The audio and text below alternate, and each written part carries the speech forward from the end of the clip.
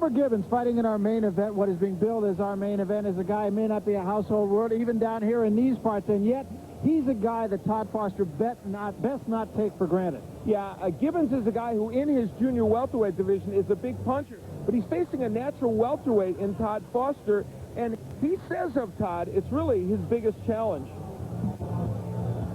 Well, it's a big step up. You know, fighting Todd Foster would give me a chance to fight for the IBF title against Jake Rodriguez or somebody, you know, that's in my weight class, 140 or 135, and it would be a chance to beat an Olympian. Well, Homer Gibbins, as you might imagine from that soundbite, is a quiet guy and a nice guy, but that didn't stop him from stirring the pot a little bit up in Todd Foster's hometown. A different demeanor when he talked to the Great Falls Tribune. You can see what he said. I saw Foster fight Jimmy Paul. I saw him quit. Once you quit, you have it planted in your system that you can take the easy way out. Many people criticized Todd Foster at that time for quitting against Jimmy Paul. Todd doesn't think he did. So what it really does is it plants a seed, and it plants a seed for what could be a most interesting evening amongst these two. And Todd Foster, as you might expect, was quick to respond. I don't like when somebody talks trash about me and about my boxing abilities. He had no respect for me, and tonight he will get respect. A little bit of a moral there. Todd Foster was something to prove besides just the W that he hopes to get in the ring. You're not supposed to give a guy something to put on the bulletin board, are you? That's very true. Todd Foster, a tough guy. There's no question about it. He feels very comfortable at the welterweight division now. Yeah, he's moved up to 147 pounds, and that is probably his ace in the hole in this fight. He feels he'll be a little bigger and stronger, and Gibbons, who is normally a guy who wants to come in and get knockouts, may be forced to box tonight. Well, we said this was going to be a good double dip. Let's talk about the other half of this fight for just a moment, and that is between Freddie Liberatore, who we've seen on many occasions, and Harold Warren, who I believe is going to be the toughest opponent that he's faced so far. By far, Harold Warren comes in here. A couple of fights ago, he fought Gennaro Hernandez, a very good fighter for the junior lightweight championship, went 12 rounds with him. Harold thinks he could easily have gotten the decision. This is a big fight for Freddie Liberatore. We've seen Freddie improve a lot in his last 3 fights. Well, they say the good gladiator gets carried out on his shield, and I think that's what we have amongst all 4 of the fighters in our 2 main events tonight. Freddie Liberatore, a guy with the heart of a lion. Pain relief. Well, when we come back, the other half of our co-main event, this one between Todd Foster and Homer Gibbins in the junior welterweight division. Don't go away. We'll be right back.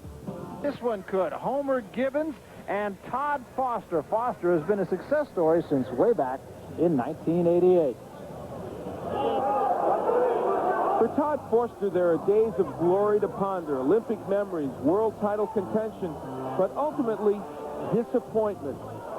But he has built from the ashes with 7 wins, starting with this wild affair against Kelsey Banks.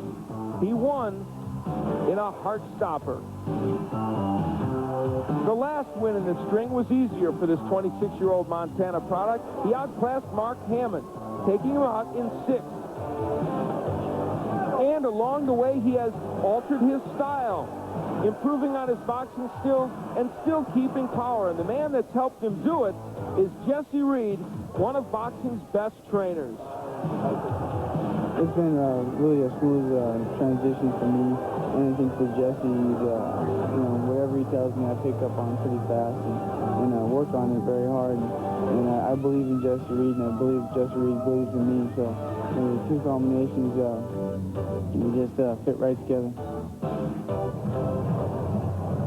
And here is Homer Gibbons, the other half of this matchup. And Homer says he's here to win. This is a no-nonsense fight for this guy. Yeah, Homer Gibbons is a young man who, as you see, ranked 10th in the WBO, fights primarily as a junior welterweight. That's where he wants to get his title, but he couldn't pass up the challenge of Todd Foster. He knows what he's got to do to win this one. He's a 1988 Olympian. He's a good fighter, strong fighter. He's a bigger man for this fight than I am because I come up in weight. But it all comes down to heart and determination, and I'm full of heart and determination. I'm very spiritual, and that's going to take over in the fight. Well, that brings us then out to the AutoZone keys to victory. For Todd Foster, he must work the angles. That's what he and Jesse Reed have been working on. Don't get angry. Because of all the stuff that was said before, Todd Foster looks a little bit distressed about it. Doesn't want to get out of his game plan. Gibbons says, I've got to back Foster up. He feels he's got to get some respect for his punching power. He's got to keep his composure. This is the biggest fight he's had. Well, we've had one good fight. I expect another one right here. Let's meet him with Michael Buff. And now, ladies and gentlemen, Bob Arum's Top Rank Incorporated, along with your undisputed, undefeated king of beers, Budweiser, proud to be your bud, present the featured event of the evening. This bout is sanctioned by the Mississippi State Athletic Commission, Chairman Mr. Billy Lyons, Commissioner Jim Fagan, Chief Deputy Commissioner Sal Toronto. Our physicians in attendance at ringside are Dr. T.K. Ellis and Dr. Lance Barnes. The timekeeper is Buddy Frazier, counting for the knockdown seconds, Harvey Hughes. The three judges scoring this bout on a 10-point must system will be Chester Como, Martin Casino, and Billy Moran. And now, ladies and gentlemen, from the Star Theater here in Biloxi, Mississippi, let's get ready to rumble! In rounds of boxing in the junior welterweight division. When the bell rings, the man in charge of the action, referee Elmo Adolph. Introducing first, fighting out of the red corner, wearing the pink trunks with black trim, weighing 143.5 pounds. From Riverside, California, he brings a professional record of 34-3, 28 KOs. Ladies and gentlemen, Homer, the Nature Boy Gibbins. And his opponent across the ring, fighting out of the blue corner, wearing the black trunks with purple and red trim, weighing 144 pounds even. From the Big Sky country of Great Falls, Montana, this 1988 U.S. Olympic team member is now 32-2 as a professional with 28 KOs. Introducing Todd Kid Foster.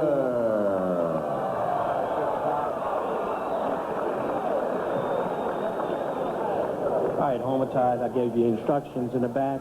I want you to have a good, clean fight. Shake hands now and come out at the bell. Here we go.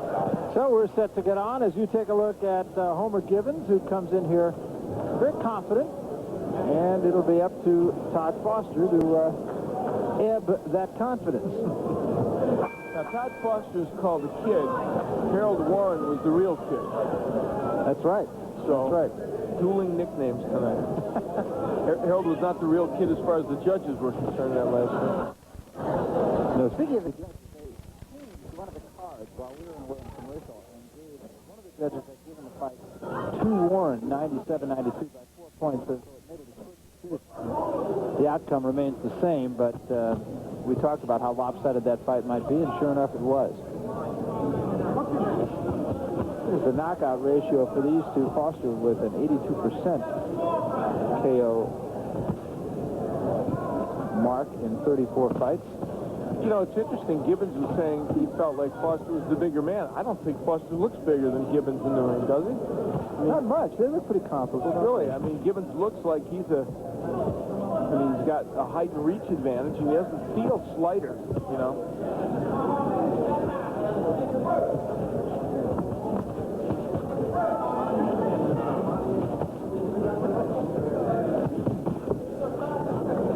Gibbons has found a little home for that right hand, both for the body and the head so far. Gibbons is by no means a gimme opponent. No, not at all. And he's used, I was going to say, he's used to knocking people out in the junior welterweight and when he was a lightweight division. There's the right that I was talking about. Whipped it right in, too. However, he did take a right a moment ago from Todd Foster, and he does have a tendency to drop his left hand a little bit. And there's the right of Foster.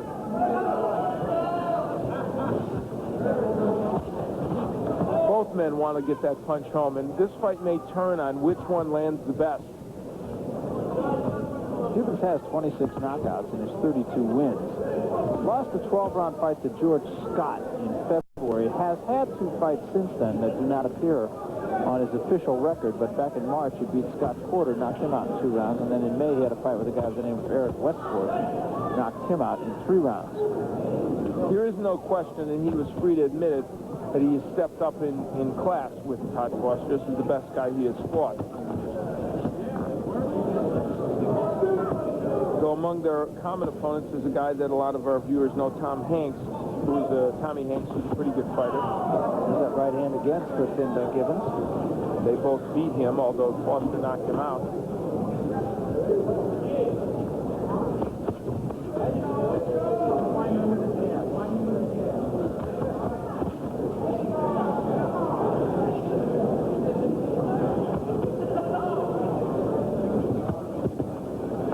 Not a bad first round for Gibbons. End of one round, and we'll be back to Biloxi after this.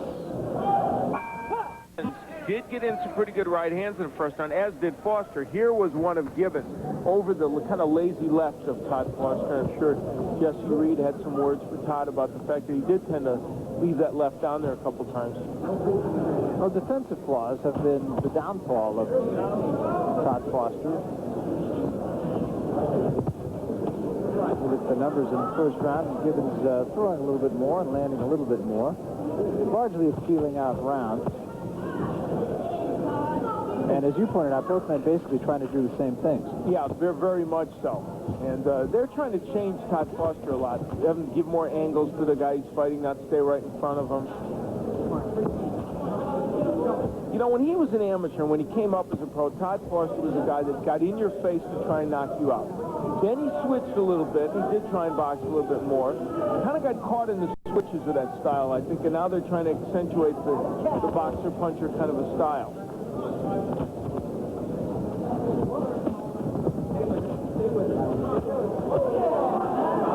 Foster's got there, not with any great clout. Pretty good right hand, though, Homer Gibbons. But I think what we're seeing, and maybe this is what he was worried about, that facing a guy who's a little bigger, and now Foster is a legitimate welterweight, that power that he has been using to knock out junior welterweights and lightweights isn't devastating, because he's landed some pretty solid right hands. And just in talking with him this morning, I had the sense that he's not necessarily going in there thinking, I'm going to get this guy out of there. I think his basic game plan is box this guy for 10 rounds and try to outpoint him. If the knockout comes, it comes. Now, should he win tonight, or as he pointed out, he has what he believes is pretty much a solid guarantee to fight Jake Rodriguez, the junior welterweight champ, who we saw win that title. There's a guy I would want no part of. You know, it's interesting. Right by Foster. He's a champion, and yet he's a very, very difficult man to fight. Left-hander, gets down low in your face, doesn't seem to get hurt. But when you're a champion, you can get guys to fight you, can't you? That's true. And I'm sure enough to have ducked him over the years. He's also a guy who has improved as a champion.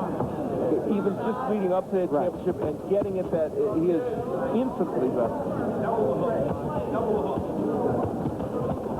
Gibbons doing a pretty good job of working on the inside and not getting hit. All right, let's fight.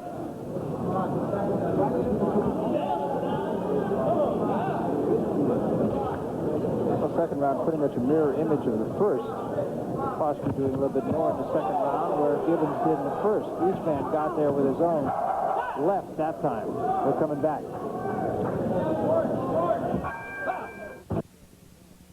Insurance hook, but gets countered very nicely with the right hand by Todd Foster. That's something Gibbons has done in this fight also.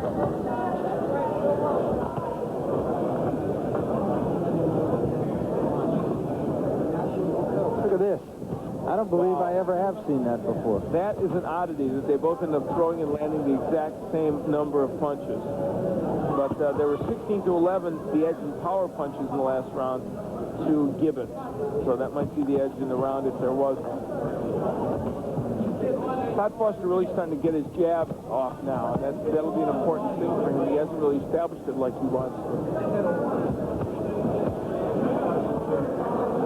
I think Homer Gibbons is a very quick-handed fighter.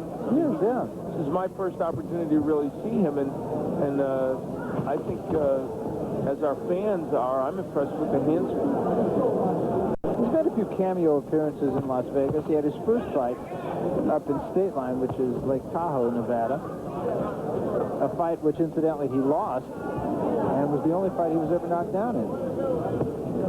So the altitude got him. He just couldn't keep his hands up. He's a clever fighter, I got to tell you. You see moves in him. He's got very nice foot speed. Doesn't waste it. Nice combination right there. And then a good counter right by Todd Foster. And he works the body well, too.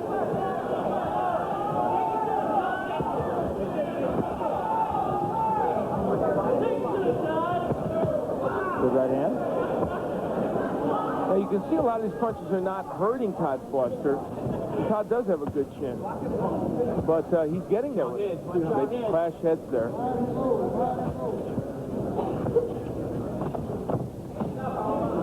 Chopping right hand from Foster. Now, that's a dangerous thing. That worked well for Foster. When Gibbins trades hooks with Foster, he'll get the worst of it, because Todd has a very fine left hook.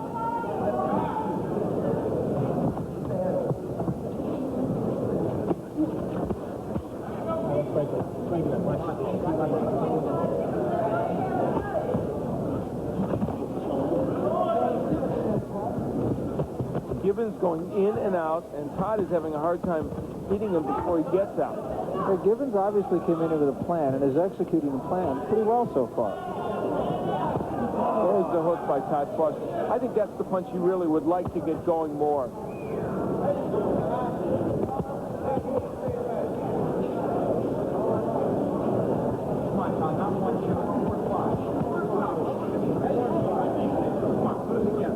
Coming to the end of round number 3, another very close fight, close round rather, as they have all been.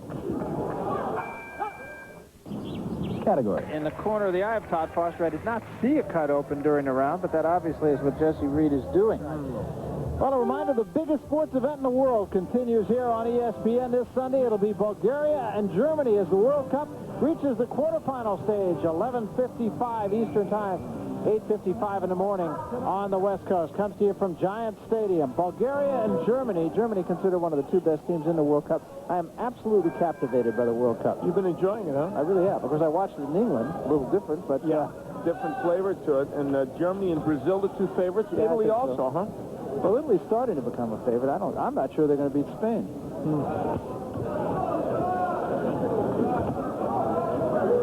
Here are the numbers through 3 rounds, and you can see how close this fight is. Gibbons with a slight edge.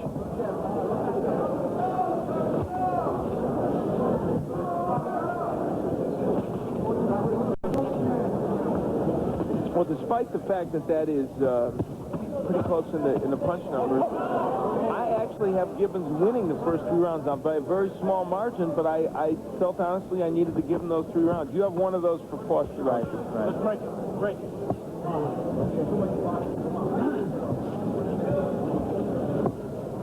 And you can easily make a case for that. Yeah, I gave the second round to Foster, and then did the first and third to Gibbons.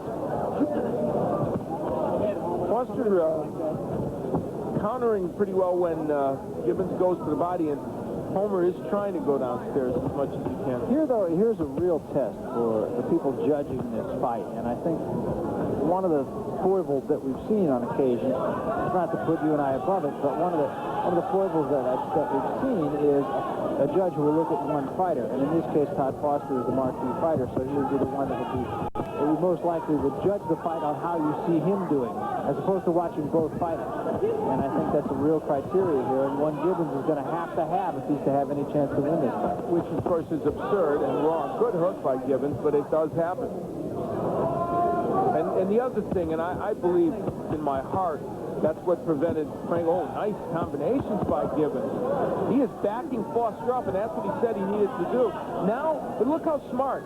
He goes away and says, all right, come to me now. Now I'm going to box you a little bit, because I know I'm not going to walk in there and knock you out right now at this point in the fight. So I might as well just lay back and allow that to help me win the round and see if I can counter you a little bit. He's really come in here with a good idea, and for the most part, he has executed that idea.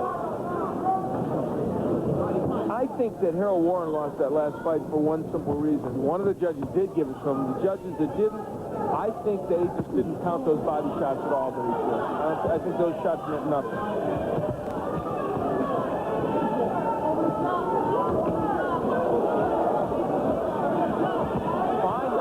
Huge left hook. That definitely hurt Gibbons, and a right hand there, short right hand.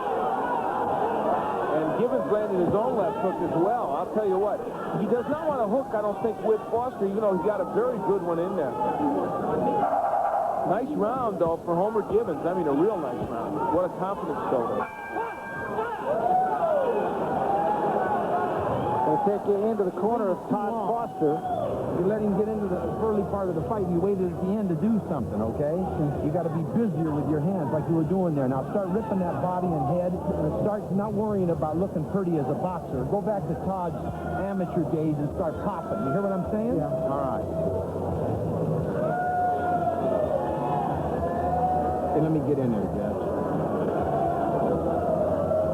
Keep your eye closed. Okay.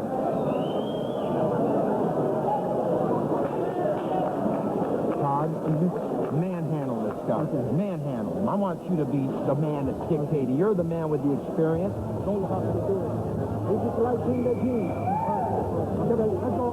Everything else.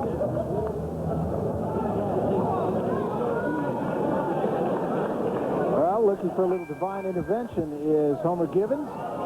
So far, he hasn't needed a lot of help. Todd Foster, interesting little byplay in his corner with Jesse Reed, Al. Well, I've always said that Jesse Reed is a guy I would like to have in a corner if I was a fighter or I managed a fighter. What he did there was, he said, he sees the way this fight's going, and he says, as we look at the numbers through round 4, and Gibbins is starting to make an edge there, he knows that Todd Foster doesn't go in and really press the action. He's not going to win this fight because Gibbins is really a cute fighter. I mean, he's a very clever guy. So he's really telling him, scrap a little bit of what we have been working on. Go in there and brawl with him. Go in there and feed Todd Foster as you were as an amateur. He said, you're the guy with the experience. Interestingly enough, however, Gibbins has had more fights than Foster has. Foster, however, has been in there with a little bit better caliber. Body shot by Gibbins. He's working the body pretty well.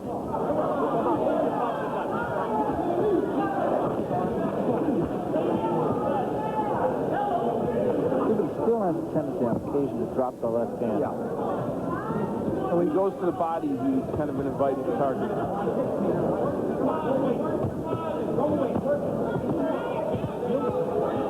Yeah, you see, he gets lazy with that left hand when he does go to the body. Throws the punch and forgets to bring it back. Now, there's the perfect series of exchanges. I bet Homer Gibbins has landed about 7 or 8 really good, clean body shots. Some blocks, but not a lot. Is anybody giving him credit for it? Oh, bad cut now over the... That cut is opened over the right eye of Foster. And Gibbins jumps right on him. And that is a pretty bad cut. Foster was complaining to the referee about something. Good hook by Foster. Foster, I think one of the technical things that Foster needs to do is crank up that hook. That's the punch that will win this fight for him. Forget that he's not going to be able to out-jab and out-right hand Gibbons. Oh, nice hook by Gibbons. And it moved Foster backward, and that, as we've said on a couple of occasions, is the exact idea for Gibbons. Again, he walks away. Make Foster chase him. Look at those body shots. Homer Gibbins couldn't be fighting better in this bout. Could not be fighting better. Nice combination by Gibbons. And then he walks back to make Foster come to him. Well, I'm getting ready to see Gibbins against Jake Rodriguez. I don't know if he'll win this fight, but either way, I'd like to see him get a shot against Jake Rodriguez. Good right hand again. I think that hurt Foster.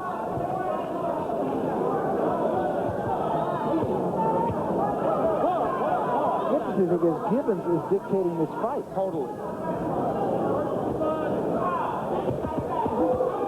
Coming to the end of the 5th round, and it's Todd Foster who's the beaten man so far. Todd Foster is going to have to find something that has not yet been there. He has cut, he has been beaten, and Gibbins right now, who is the decided underdog coming in here by his own admission, is dictating the tempo of the fight. All the things on which fights are scored, the edge has to be given right now to Homer Gibbins.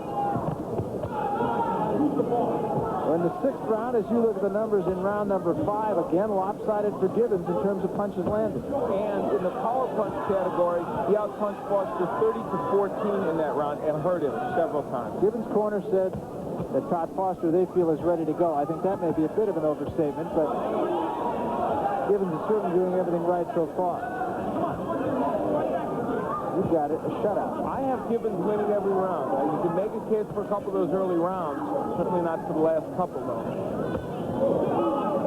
The interesting thing is, I'm surprised he's been able to out-left hook Foster. Usually when you hook with a guy like Foster, he's got a good hook, you're going to get nailed, but he hasn't. Incidentally, the cut over the eye of Foster was ruled by referee Almoedoff as an accidental headbutt. So that would only mean that they would go to the scorecard. The fight should be stopped because of that. Foster looking to Almoedoff. That was a good hook by Foster, but he's not hurting Gibbons with those shots. And when he throws the hook and connects with it, he gets hit with one, too. Tremendous body work by Gibbons. I mean, he is throwing great body shots. Just as Harold Warren did in the first fight. And Freddie Liberatore, too, for that matter.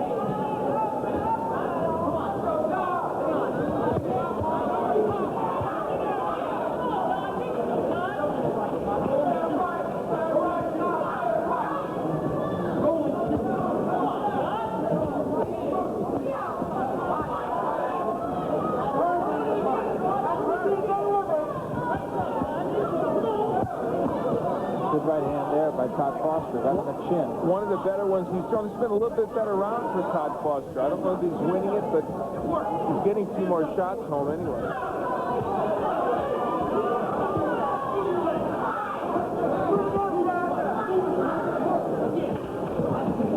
Nice move by Foster to try and get in position to throw the left hook, but then he missed it. Subtle change in this round, even though it's a round that may not even go into Todd Foster's column. He's done better in it, so he's made a few subtle changes.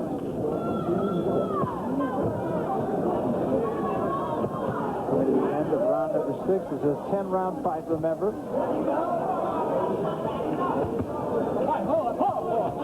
Much better round, I believe, for Todd Foster. End of 6, and we'll be back. Monroe Sensatrack. A 10-round fight. Todd Foster, black trunks, purple stripe.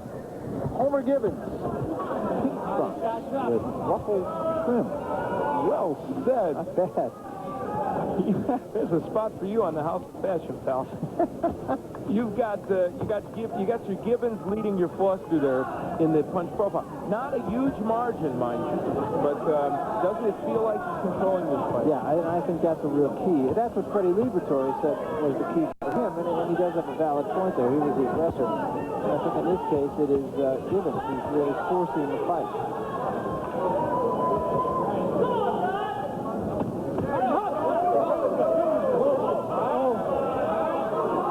Arguing the fact that that was a low blow. Almoedoff, another very fine referee. And I think that the reason Foster was arguing is because he's been complaining about Gibbons' low blows. And Gibbons has, I think the reason I wouldn't be too distressed about the way Gibbons has fought is because he's done a lot of body punching, and some are going to stray low when you commit yourself to body punching.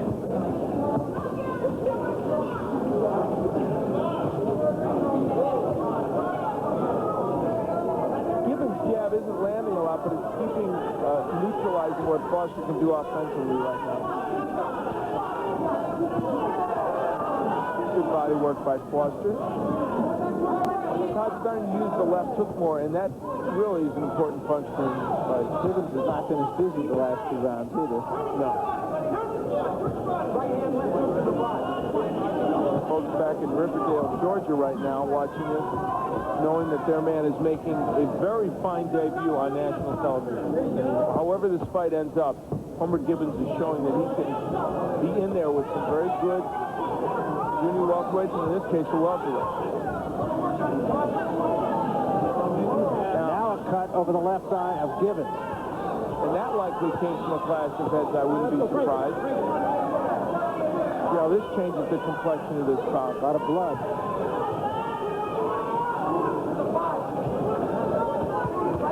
Both men cut now, and the cut over Gibbons' eye is more serious than the one alongside Foster's eye.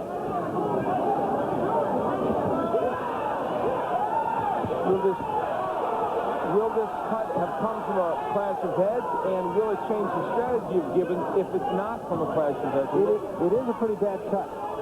Now, Almoedoff made it clear that Todd Foster's cut came from a clash of heads. Good right by Foster. It's been Foster's best round of the fight. And the cut has made him brave. And conversely, I think it's taken Gibbons' mind a little bit off business.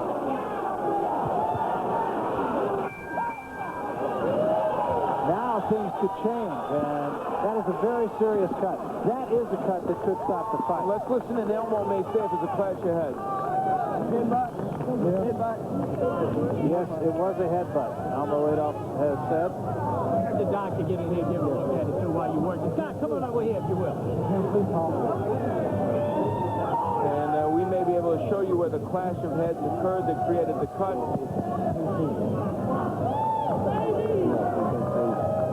Here you will see them. Oh, yeah. No question there. And it starts bleeding. Absolutely good call by Elmo Adolph. So now we're in a position where if either of these cuts creates the fight to be stopped, they'll go to the scorecards. Can't see out of it. This one is a serious cut, and he's saying he can't see out of it. And the fight's going to be stopped.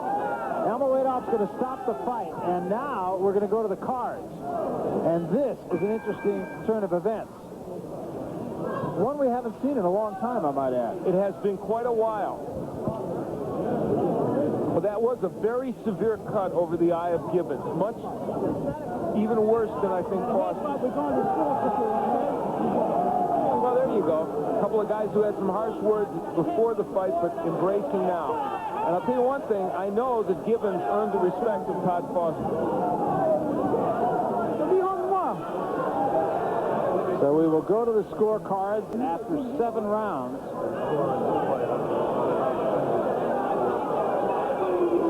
Well, I have Gibbons ahead by 1 point.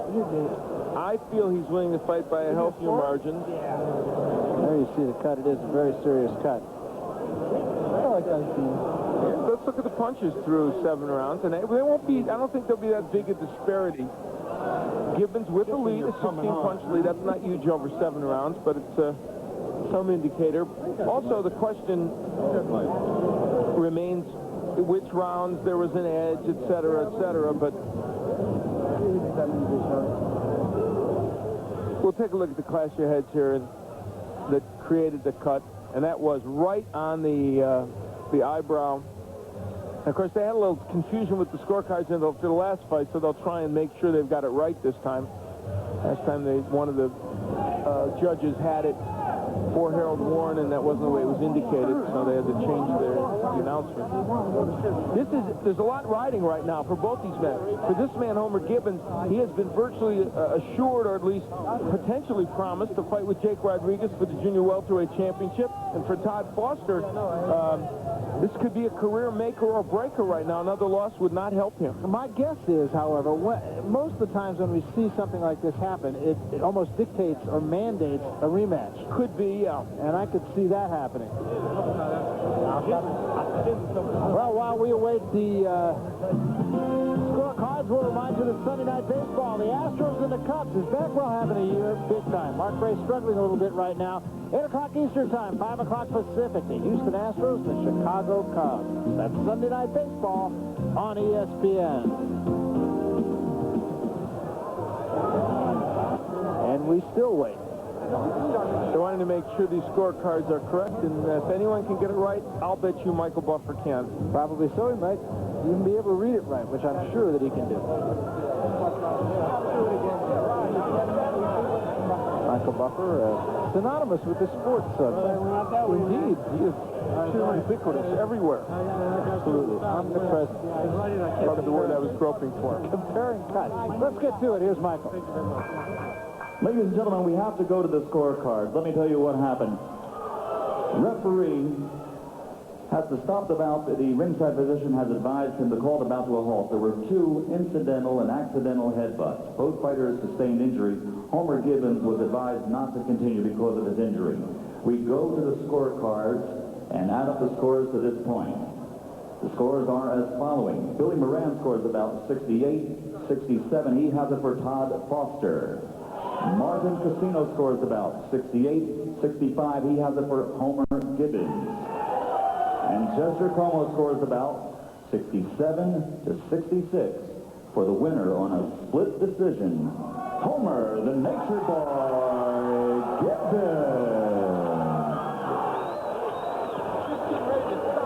Well, Homer Gibbons in a split decision. And And I have an idea we're going to see these two again. We may well, but you know, whatever. Homer Gibbins burst on the scene here and gave a performance that indicates he's a guy that could be here to stay. I don't think there's any question about it. So, despite the cut, he is the man who is left in the ring smiling. And when we come back, we will talk with the winner, Homer Gibbins.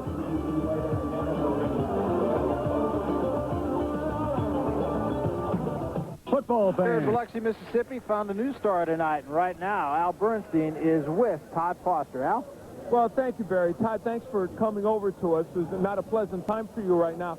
I understand that both you and Homer have agreed to fight each other again because of the weird circumstances of this fight ending. Yeah, first of all, I want to say hi to my wife, Jolie, my two boys, Tyson, Austin, my family, friends, and fans back in Montana, the Dirt Ballers. And yeah, we're gonna fight again. It wasn't at a weight I wanted. I'm trying to fight at welterweight. Felt like I got a little too weak for the fight, and I was getting in position to punch, but I just couldn't let him go. I started catching my second win. I think I was going to stop him. I started catching with some good right hands. You know, he did get cut, but I felt like I was turning the fight around. In the first few rounds, I don't know if I was giving him, you know, too much respect or what I was doing. I just wasn't getting it going, and, you know, I'll get down again to fight him, believe me. He had very quick hands. Were his hands quicker than you thought? No, it wasn't his quickness at all. It was just, like I said, I just was there, but I wasn't getting him off, you know. He never really ever hurt me. He was right in the damn ear about the next to last round there, and my ear is ringing. But besides that, I was never hurt. He got headbutted over here on the ropes, and the blood never bothered me, or the cut never bothered me. I felt like I was coming on, and, you know, it was a wise choice on their part to stop the fight, because I felt like I was going to stop him. If not stop him, my momentum was carrying, and I was going to run right over him. All right, well, we'll look forward to seeing it again. Take care, Todd. Thank you, Al. Okay, let's get Homer Gibbins in here. Homer, whatever the case tonight, the comment I made, and I know you're disappointed with the way this was stopped, but this is the first chance that our audience and a lot of people have had a chance to see you fight. You have to say, I would think, that your debut on national television was good no matter what. I mean, you got the win anyway, but your performance was excellent. Well, first of all, I'd give all thanks and glory to God above. Without him, this would not be possible. God helped me. You know, I didn't want to stop because of the cut.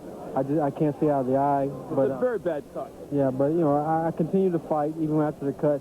I just, you know, I thought I boxed beautifully, though. You did. You boxed extremely well. Let's take a look at where the clash of heads came, and we clearly can see that this caused the cut.